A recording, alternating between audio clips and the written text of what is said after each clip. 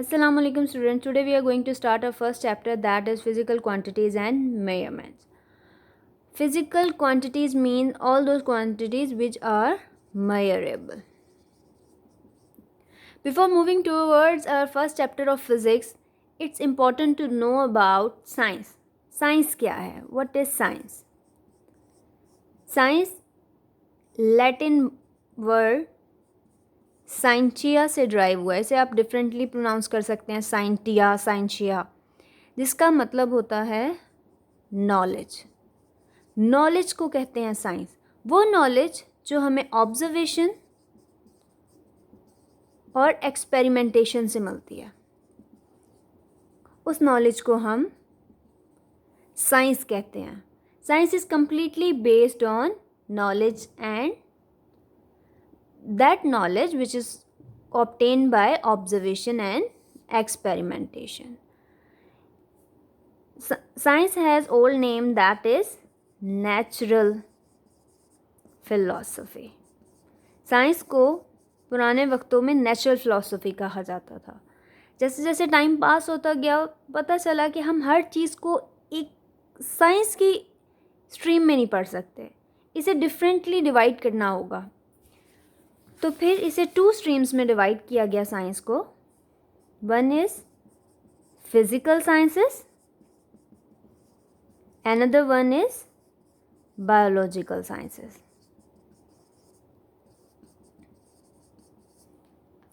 Physical sciences में हम पढ़ते हैं नॉन लिविंग थिंग्स को, और बायोलॉजिकल साइंसेस में हम पढ़ते हैं लिविंग थिंग्स को. बट ये भी इनफ नहीं था. जैसे जैसे रिसर्च, जैसे जैसे इन्वेंशंस बढ़ती रहीं तो पता चला कि हमें इसे फर्दर डिवाइड करना होगा ताकि एक स्पेसिफिक चीज़ को एक स्पेसिफिक फील्ड में डिटेल के साथ पढ़ा जा सके. तो फिर फिज़िकल साइंस को फर्दर 5 डिसिप्लिन्स में तोड़ दिया गया. फर्दर 5 डिसिप्लिन्स में डिवाइड कर दिया गया. First one is physics, second is chemistry, astronomy, फिर हमारे पास आ जाती है जियोलॉजी, देन मटीरियोलॉजी. फिज़िक्स में हम स्टडी करते हैं matter plus energy and their relationship.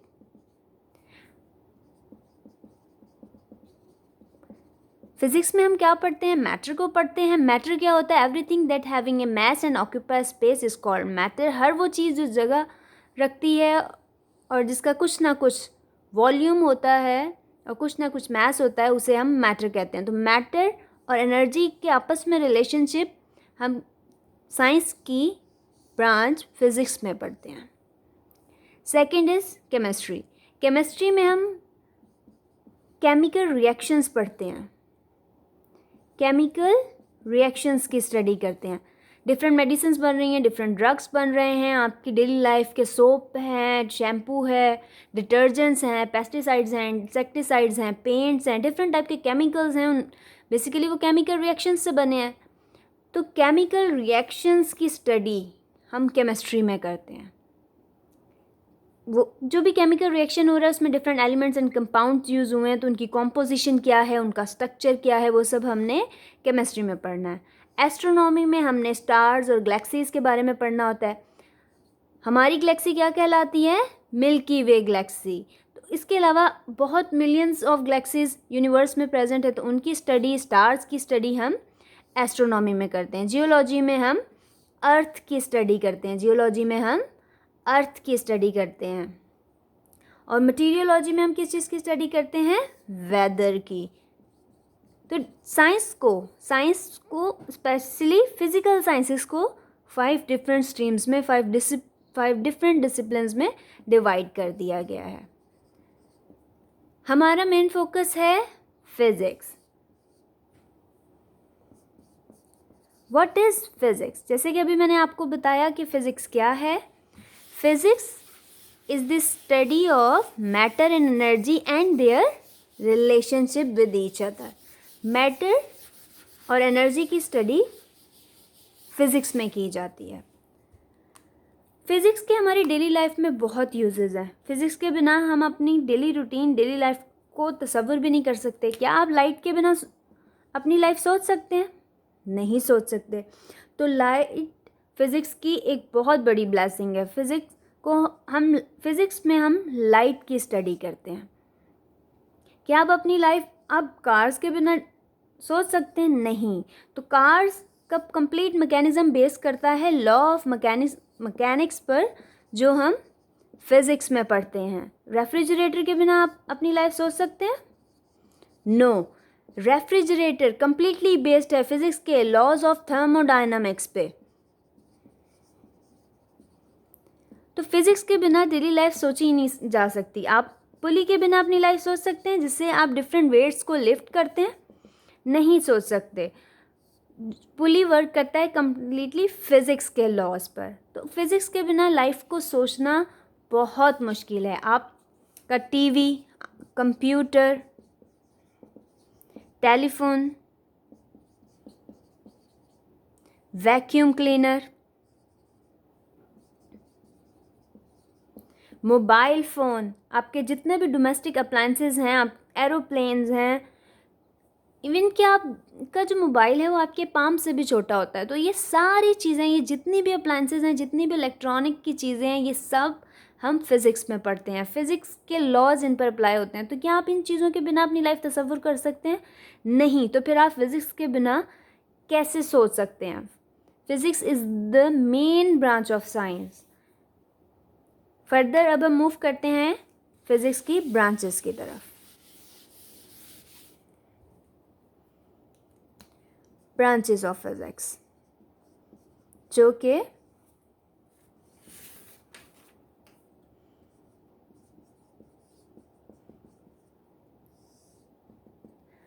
जी, सबसे पहली ब्रांच मैकेनिक्स। फिज़िक्स में हम पढ़ते हैं सबसे पहली ब्रांच मैकेनिक्स। मैकेनिक्स में हम क्या स्टडी करते हैं?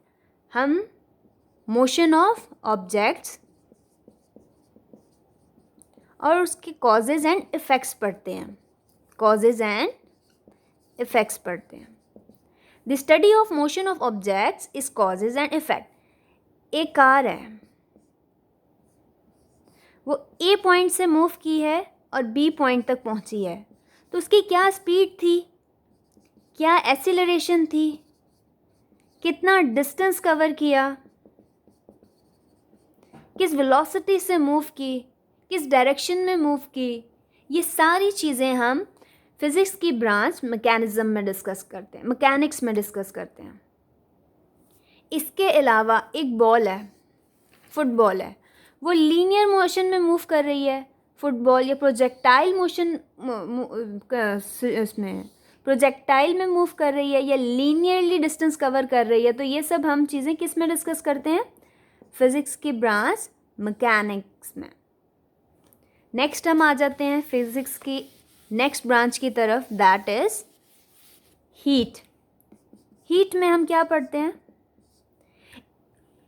Heat, the branch of physics which deals with the nature of heat, modes of transfer of heat and effects of heat.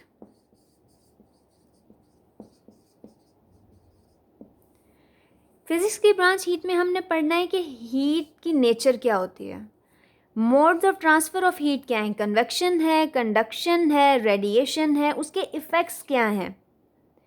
जैसे एक कप ऑफ टी है, वो इतनी ज़्यादा हीट रखता है कि वो आपको अच्छा खासा नुकसान पहुंचा सकता है। उसकी निस्बत जो फायरवर्क होता है, जो उसमें से जो स्पार्क निकलती है, उसकी हीट इतनी ज़्यादा नहीं होती, उससे आपको कम नुकसान होता है। ऐसा क्यों है? ऐसा हीट की वजह से है, उसकी हीट एनर्जी की वजह से है। ये किस तरह होता है, ये सारी चीज़ें हम फिज़िक्स की ब्रांच हीट में पढ़ते हैं। नेक्स्ट मूव करते हैं हम फिजिक्स की branch, that is sound. Sound में हम पढ़ते हैं साउंड वेव्स के बारे में,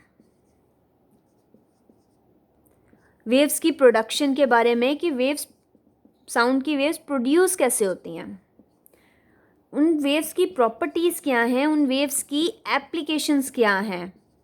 हम ये सारी चीज़ें पढ़ते हैं साउंड में, branch of physics that is sound, उसमें हम ये सारी चीज़ें डिस्कस करते हैं।